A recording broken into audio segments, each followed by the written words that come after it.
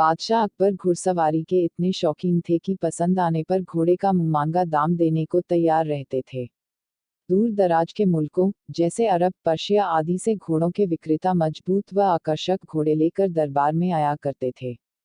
बादशाह अपने व्यक्तिगत इस्तेमाल के लिए चुने गए घोड़े की अच्छी कीमत दिया करते थे। जो घोड़े बादशाह की रुचि के नहीं होते थे उन्हें सेना के लिए खरीद लिया जाता था। अकबर के दरबार में घोड़े के विक्रेताओं का अच्छा व्यापार होता था। एक दिन घोड़ों का एक नया विक्रेता दरबार में आया। अन्य व्यापारी भी उसे नहीं जानते थे। उसने 2 बेहद आकर्षक घोड़े बादशाह को बेचे और कहा कि वह ठीक ऐसे ही 100 घोड़े और लाकर दे सकता है, बशर्ते उसे आधी कीमत पेशगी दे दी जाए। बादशाह को चूंकि घोड़े बहुत पसंद आए थे, सो वैसे ही 100 और घोड़े लेने का तुरंत मन बना लिया। बादशाह ने अपने खजांची को बुलाकर व्यापारी को आधी रकम अदा करने को कहा।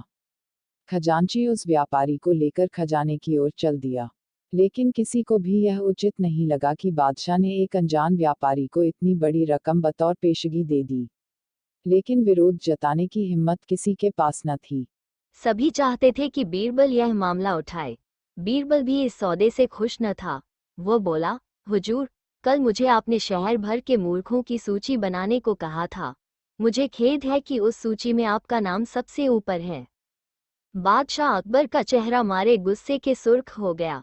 उन्हें लगा कि बीरबल ने भरे दरबार में विदेशी मेहमानों के सामने उनका अपमान किया है। गुस्से से भरे बादशाह चिल्लाए, तुम्हारी हिम्मत कैसे हुई हमें मूर्ख बताने की? क्षमा करें बादशाह सलामत। बीरबल अपना सिर झुकाते हुए सम्मानित लहजे में बोला, आप चाहें तो मेरा सर कलम करवा दें। यदि आपके कहने पर तैयार की गई मूर्खों की फहरिस्त में आपका नाम सबसे ऊपर रखना आपको गलत लगे। दरबार में ऐसा सन्नाटा छा गया कि सुई गिरे तो आवाज सुनाई दे जाए। अब बादशाह अकबर अपना सीधा हाथ उठाए, तर्जनी को बीरबल की ओर ताने आगे बढ़े।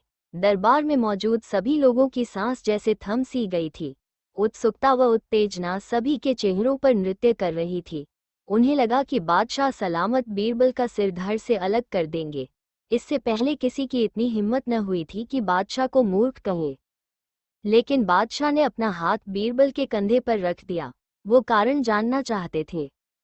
बीरबल समझ गया कि बादशाह क्या चाहते हैं। वो बोला, आपने घोड़ों के ऐसे व्यापारी को बिना सोचे समझे एक मोटी रकम पेशगी दे दी, जिसका अता पता भी कोई नहीं जानता। वो आपको धोखा भी दे सकता है। इसलिए मूर्खों की सूची में आपका नाम सबसे ऊपर है।